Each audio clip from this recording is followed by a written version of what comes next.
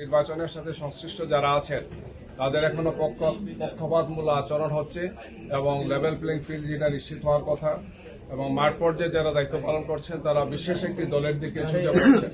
আমরা এই সমস্ত বিষয়ে নির্বাচন কমিশনের দৃষ্টি আকর্ষণ করেছি। আমরা এটাও বলেছি যে আমরা এই সমস্ত কর্মকর্তা যারা পক্ষপাতদুষ্ট আচরণ করছেন আমরা প্রয়োজনে তাদের তালিকাও একসময় জনসমক্ষে প্রকাশ করতে বাধ্য হব যদি তাদেরকে নির্বাচন কমিশন যথাযথভাবে দৃষ্টি আকর্ষণ করে নিরপেক্ষ হতে তাদেরকে বাধ্য না করেন। আমরা অবশ্যই জনগণকে আপনাদের মাধ্যমে সেটা জানাতে একসময় বাধ্য হব। ঢাকা 15-তে যে হামলা হচ্ছে বলে এটা কি কোনো দলের কর্মী বা পরিচয় জানতে পেরেছেন? একটা বিশেষ দলের পক্ষ থেকে সন্ত্রাসী লেলিয়ে দেওয়া আছে আমাদের নারী ভোটারদের উপর।